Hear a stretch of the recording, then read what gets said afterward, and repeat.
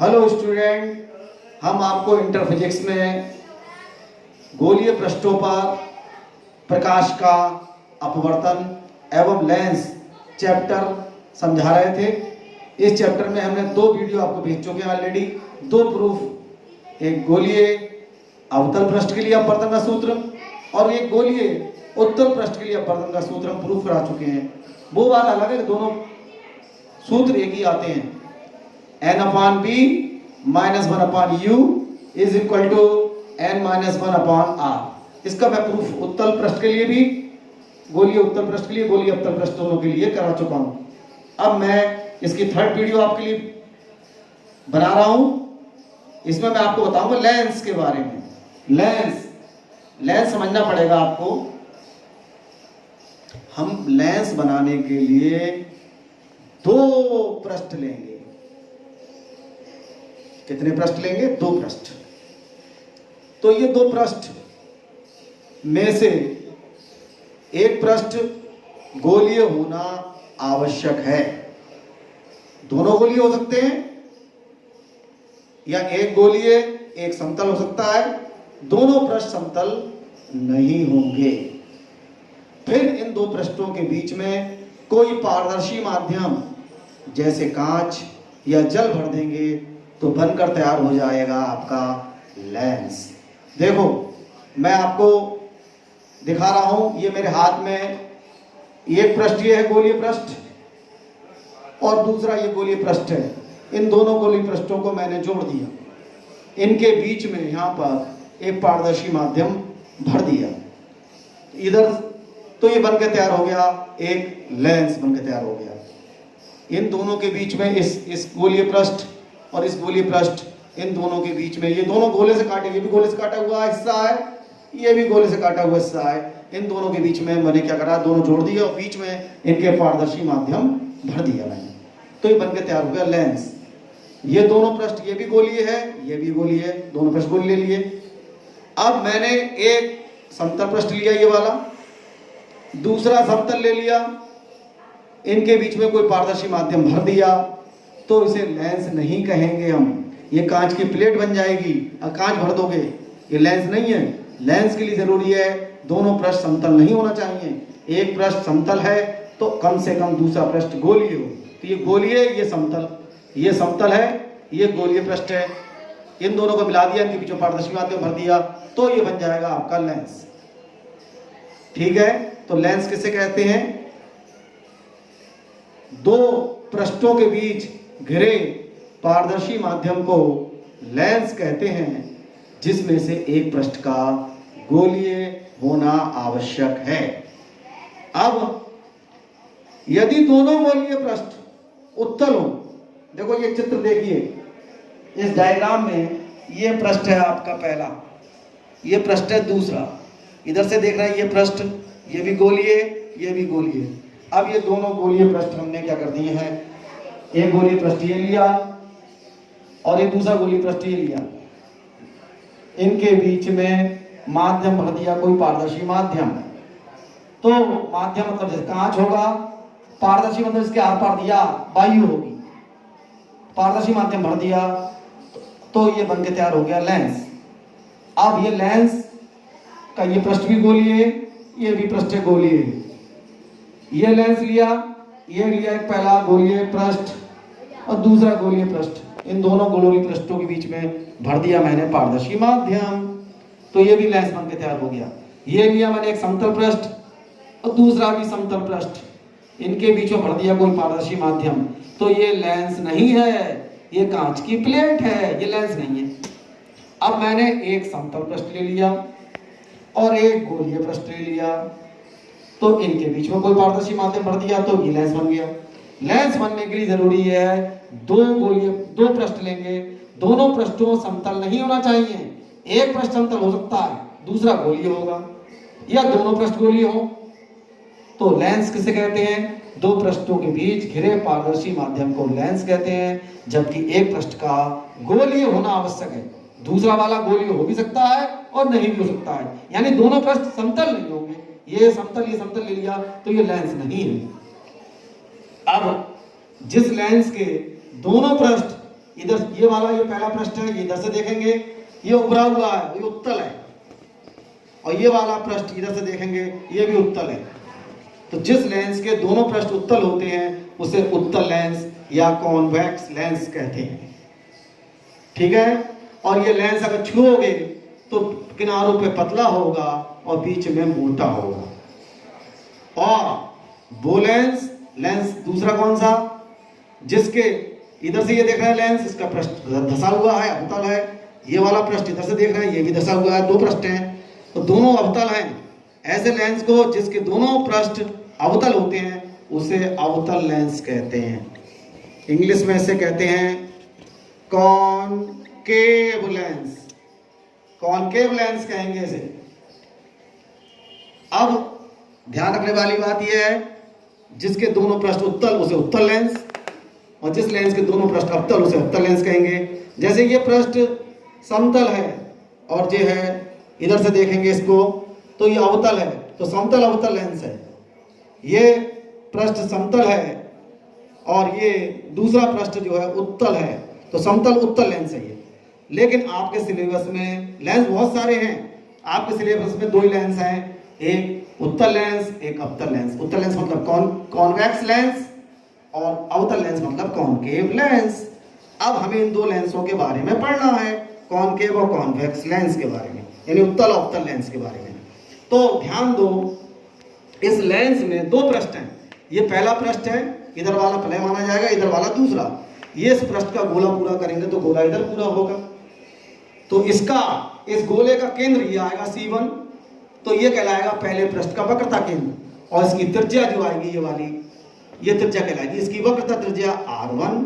पहले गोले की त्रिज्या, पहले गोली पृष्ठ, दूसरे गोली पृष्ठ का गोला पूरा करेंगे, इस गोले से काटा गया है, उसका केंद्र क्या आएगा, ये आएगा, तो ये कहलाएगा दूसरे पृष्ठ का वक्रता केंद्र। और इसकी दूरी नापेंगे तो ये कहलाएगी इसकी त्रिज्या यानी वक्रता त्रिज्या R2।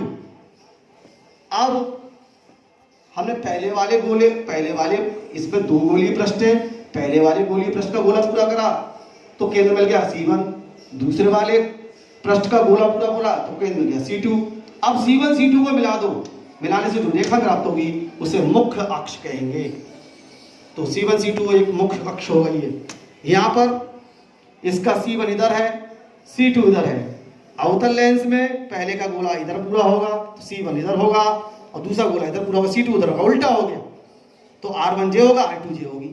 R1 होगी इधर को है, और जो दूरी इधर को नापी जाती है left hand side minus R2 plus, इसमें R1 प्लस R2 माइनस होगी। दो वक्रता त्रिज्याएं होंगी, दो पृष्ठ हैं इसमें। अब इन C1 और C2 को मिला दो, ये पहला गोला इधर पूरा होगा, C1 मिल गया केंद्र, दूसरा गोला इधर पूरा होगा, केंद्र मिल गया C2। अब इन दोनों को C1 C2 मिला दो, मिल जाएगी इसकी मुख अक्ष, तो ये मुख अक्ष हो गई। तो मुख अक्ष बता दी हमने क्या हो गई। अब इस लेंस के अंदर कोई माध्यम भरा हुआ, पारदर्शी माध्यम जैसे कांच।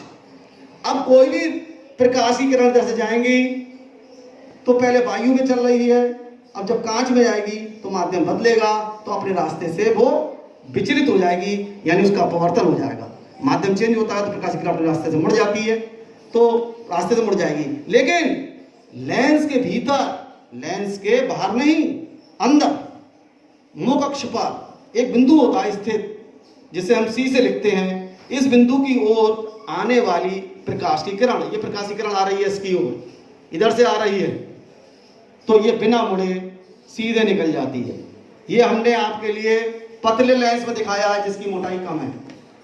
ऐसे ही इसकी ओर आएगी किरण, एक बिंदु होगा मुख अक्ष पर स्थित लेंस के भीतर, जिसकी ओर आने वाली प्रकाश की किरण बिना मुड़े सीधे निकल जाएगी, यानी उसमें विचलन नहीं होगा।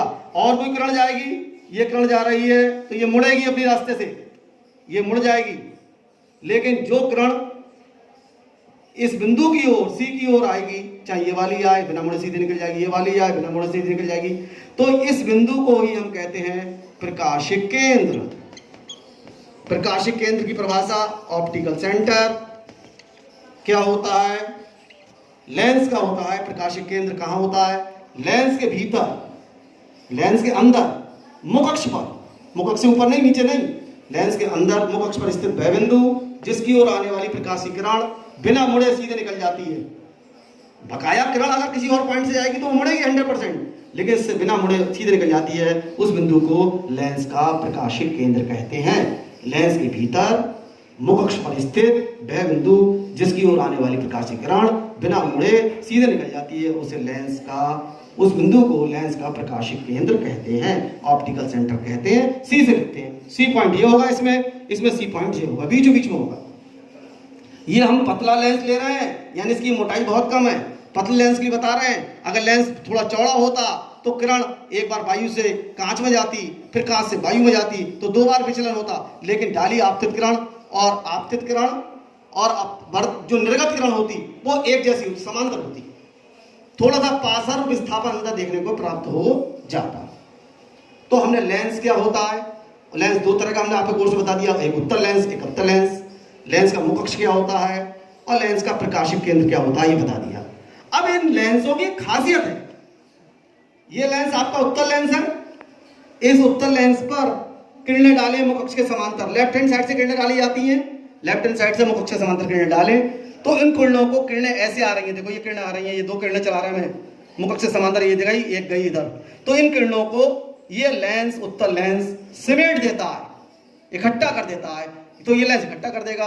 ये अवतल लेंस इसका जस्ट अपोजिट होता है, इस पर मुख अक्ष के समांतर किरणें डालें तो उन किरणों को फैला देगा।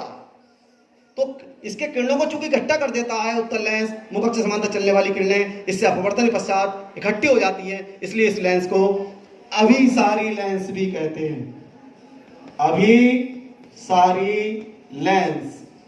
और ये लेंस किरणों को फैला देता है, इसलिए कौन सा लेंस, अवतल लेंस, इसलिए इसे अपसारी लेंस कहते हैं। ये अभिसारी क्रिया है, देखो अभिसारी क्रिया दिखा रहे हैं कैसे क्या होगा। ये किरण आ रही है मुख अक्ष के समांतर, ये लेंस पर ये किरण मुख अक्ष के समांतर, किरण जो है हम आधे रास्ते तक चलाएंगे आपतित किरण। अब एक पॉइंट लोगे मुख अक्ष पर स्थित इधर, तो वो पॉइंट जो होगा F लिख लिया, इस F पॉइंट पर किरणें इकट्ठी हो जाएंगी, आधे रास्ते से मुड़ जाएंगी, ये वाली किरण ऐसे मुड़ गई, ये वाली किरण ऐसे मुड़ गई, तो यानी ये किरणें ऐसे रही थी और ये किरणें ऐसे अपवर्तन के पश्चात इस बिंदु पर इकट्ठी हो गई, तो ये किरणों को मोड़कर इकट्ठा कर देता है मुख अक्ष पर स्थित बिंदु पर। इस क्रिया को और किरण डालें एक और, ये किरण को भी क्या करेगा, ये आधे रास्ते तक गई, आपतित किरण थी, अब चूंकि माध्यम बदल रहा है तो अपवर्तन होगा, अपवर्तन बाद ये भी इकट्ठी हो जाएगी।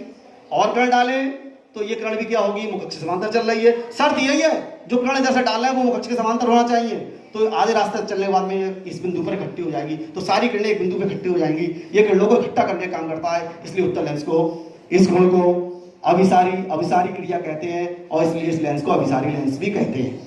इसमें क्या होगा, इसमें नहीं ऐसा होगा, इसमें क्या होगा, इस पर जो मुख अक्ष से समांतर किरणें डालेंगे, किस पर, आधे रास्ता, इस आधे रास्ते बांट लिया लेंस को आधे रास्ते तक, अब इस मुख अक्ष से समांतर किरणें डालेंगे तो इन किरणों को क्या करेगा, ये किरण लेंस फैला देगा। तो फैले जिस बिंदु की ओर, तो ये किसी एक बिंदु से आती हुई प्रतीत होंगी, वो बिंदु F उत्तल लेंस में राइट हैंड साइड में था, तो अवतल लेंस में ये किधर होगा, लेफ्ट हैंड साइड में इधर होगा F। तो ये लगेगा, ये बिंदु यहाँ, ये गई यहाँ आधे रास्ते तक किरण, और इस पॉइंट को F से मिलाओ डेट से, तो इस दिशा में किरण ये फैल जाएगी, ये आधे रास्ते तक गई, इस पॉइंट को F से मिलाओ डेट से और इसे आगे बढ़ा दो, ऐसे फैल जाएगी।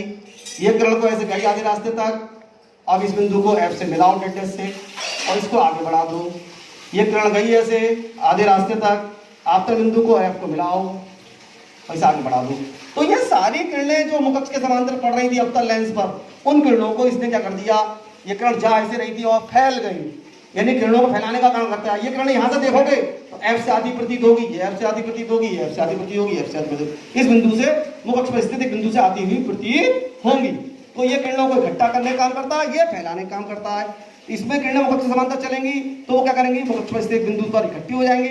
इसमें मुख अक्ष से समांतर किरणें चलेंगी तो लेंस, अवतल लेंस से अपवर्तन के पश्चात क्या होंगी, फैल जाएंगी और मुख अक्ष पर स्थित बिंदु से आती हुई प्रतीत होंगी। इसी बिंदु को जो मुख अक्ष पर स्थित है, जिसे F से लिखा, इसे इस लेंस का द्वितीय फोकस बिंदु या मुख्य फोकस कहते हैं।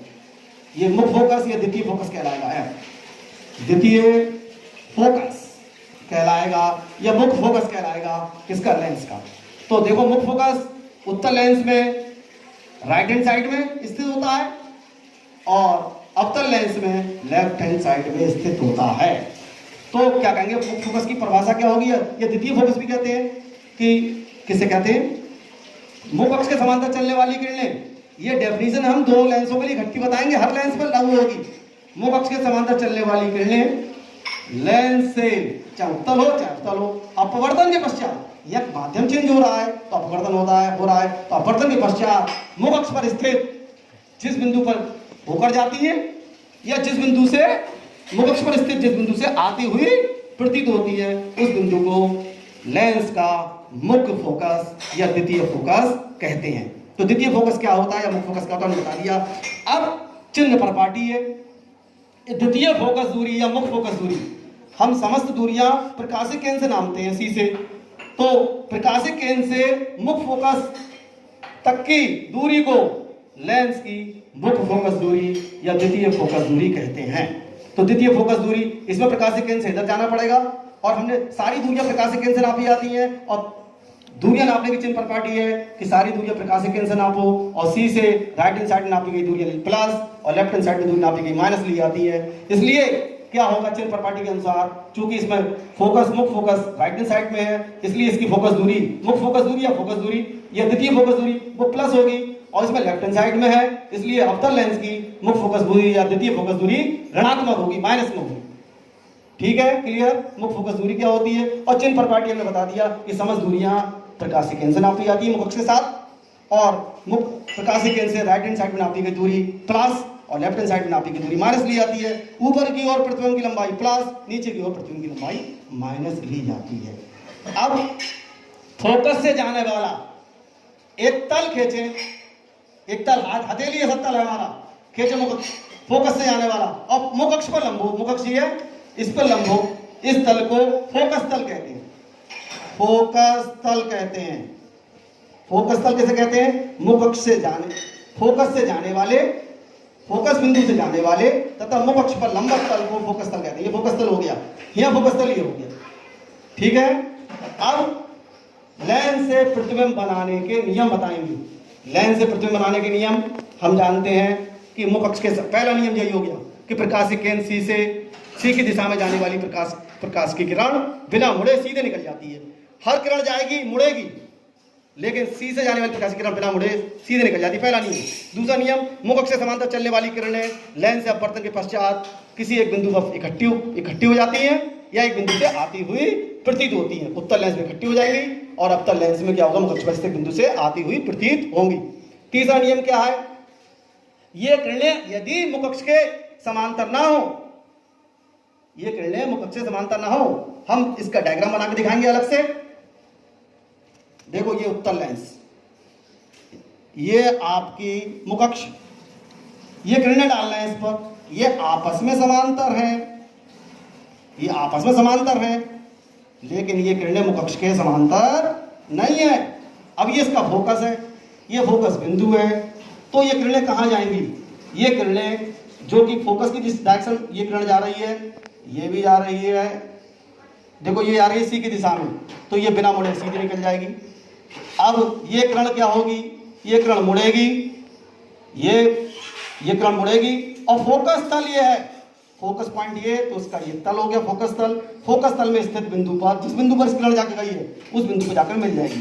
तो इसका क्या हो गया, जो किरणें आपस में समांतर होती हैं, मुख्य अक्ष से समांतर नहीं होती हैं, वो लेंस से अपवर्तन के पश्चात फोकस तल पर स्थित एक बिंदु पर इकट्ठी हो जाती हैं या एक बिंदु से आती हुई, उत्तल लेंस तो इकट्ठी हो जाएंगी, अवतल लेंस तो आती हुई प्रतीत होंगी। ये तीसरा नियम है। एक तो पहला प्रतिबिंब बनाने का पहला नियम कि प्रकाशिक केंद्र सी की दिशा में जाने वाली किरण बिना मुड़े सीधी निकल जाती है। दूसरा नियम, मुख्य अक्ष से समांतर चलने वाली किरणें लेंस से अपवर्तन के पश्चात या तो फोकस से होकर जाती है या फोकस से आती हुई प्रतीत होती है, उत्तल लेंस से जाएंगी और इसमें आती हुई प्रतीत होंगी, मुख्य अक्ष पर स्थित एक बिंदु से आती प्रतीत होंगी। तीसरा नियम कि अगर जो किरणें मुख्य अक्ष से समांतर नहीं है, आपस में समांतर है, वो किरणें क्या होंगी, लेंस से अपवर्तन के पश्चात फोकस तल पर स्थित एक बिंदु पर इकट्ठी हो जाएंगी, आती हुई प्रतीत होंगी। चौथा नियम क्या है, चौथा नियम भी समझ लीजिए। अगर किरण जैसे इसका उत्तल लेंस का द्वितीय फोकस इधर है, तो इसका प्रथम फोकस इधर होगा, एक फोकस और होता है, ये एफ है मुख्य फोकस, ये द्वितीय फोकस, एक प्रथम फोकस एफ डैश। अब किरणें हमारी चले कहां से? प्रथम फोकस से। तो उत्तल लेंस है तो इससे अपवर्तन के पश्चात मुख अक्ष के समांतर हो जाएंगे। और यदि अवतल लेंस है, फिर समझ लो उत्तल लेंस है, अब प्रथम फोकस से चलने वाली प्रकाशित किरणें लेंस से अपवर्तन के पश्चात मुख अक्ष से समांतर हो जाती हैं। और अवतल लेंस है, अवतल लेंस है, इसका बेटा प्रथम फोकस किधर था? इधर था, तो द्वितीय फोकस इधर होगा। इसका एफ इधर था तो एफ डैश इधर होगा। तो इसकी ओर आने वाली प्रकाशित किरण, ये प्रकाशित किरण किसकी तरफ जा रही है? ये किरण जा रही है इसकी जगह एफ डैश की तरफ, एफ डैश की तरफ जा रही है। तो ये किरण क्या होगी? जा इसकी दिशा में रही है लेकिन जाएगी इस दिशा में नहीं, क्या होगी? प्रथम फोकस है ये, प्रथम फोकस की दिशा में जाने वाली किरण क्या होगी? अपवर्तन के पश्चात मुख अक्ष के समांतर हो जाएगी, चाहे उत्तल लेंस हो चाहे अवतल लेंस हो। अगर प्रथम फोकस से जाने वाली, चौथा नियम, प्रथम फोकस से जाने वाली प्रकाशित किरण क्या होगी? लेंस से अपवर्तन के पश्चात मुख अक्ष से समांतर हो जाती है। यह प्रथम फोकस की ओर आने वाली प्रकाशित किरण अवतल लेंस में लेंस से अपवर्तन के पश्चात मुख अक्ष से समांतर हो जाती है। दैट्स फाइनल, ये नियम हमने बता दिए।